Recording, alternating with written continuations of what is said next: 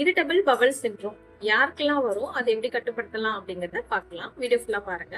அதுக்கு முன்னாடி நம்ம சேனலை ஃபாலோ பண்ணாம இருந்தீங்கன்னா கண்டிப்பா ஃபாலோ பண்ணிக்கோங்க. அதாவது ஐபிஎஸ் அப்படின்னு சொல்லக்கூடிய உடல் அலர்ஜி நோய் பொதுவா மன அழுத்தம் அதிகமா இருக்கிறவங்களுக்கும் தூக்கமின்மை காரணத்தினாலையும் பிரைன் கட் ஆக்சிஸ்ல ஏற்படக்கூடிய மாற்றத்தினால உடல்கள்ல பார்த்தோம்னா அதிகமான உணர்வு திறன் ஏற்படுறதுனாலையும் அது மாதிரி கிரானிக்கா ரொம்ப நாளுக்கு முன்னாடி வயிற்றுப்போக்கோ அப்படி இல்லை ஃபுட் பாய்சனோ ஆயிருக்கும். ஸோ அதை தொடர்ந்தும் அது மாதிரி சிலருக்கு ஃபேமிலி ஹிஸ்டரியிலேயே இருக்கு அப்படின்னாலும் அந்த தவறான உணவு பழக்க வழக்க முறைகள்னாலையும் ஐபிஎஸ் வருது.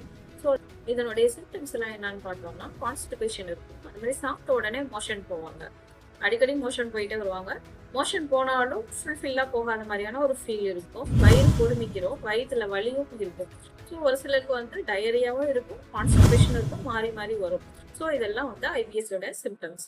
ஸோ இதை எப்படி சரி பண்ணலாம் அப்படின்னு பார்த்தோம்னா, சித்த மருத்துவத்துல சொல்லப்பட்டிருக்கிற சுண்டை வற்றல் சூரணம், இந்த சூரணம் கடைகள்ல கிடைக்கும். அதை வாங்கிட்டு 3 கிராம் அளவுக்கு மோரோட கலந்து காலை மாலை 2 வேளைக்கு ரெகுலரா எடுத்துட்டு வரீங்க அப்படிங்கும்போது சிம்டம்ஸ் படிப்படியாக குறையறத பார்க்க முடியும். ஸோ இந்த வீடியோ உங்களுக்கு பயனுள்ளதா இருக்குன்னா கண்டிப்பா சேவ் பண்ணி வச்சுக்கோங்க.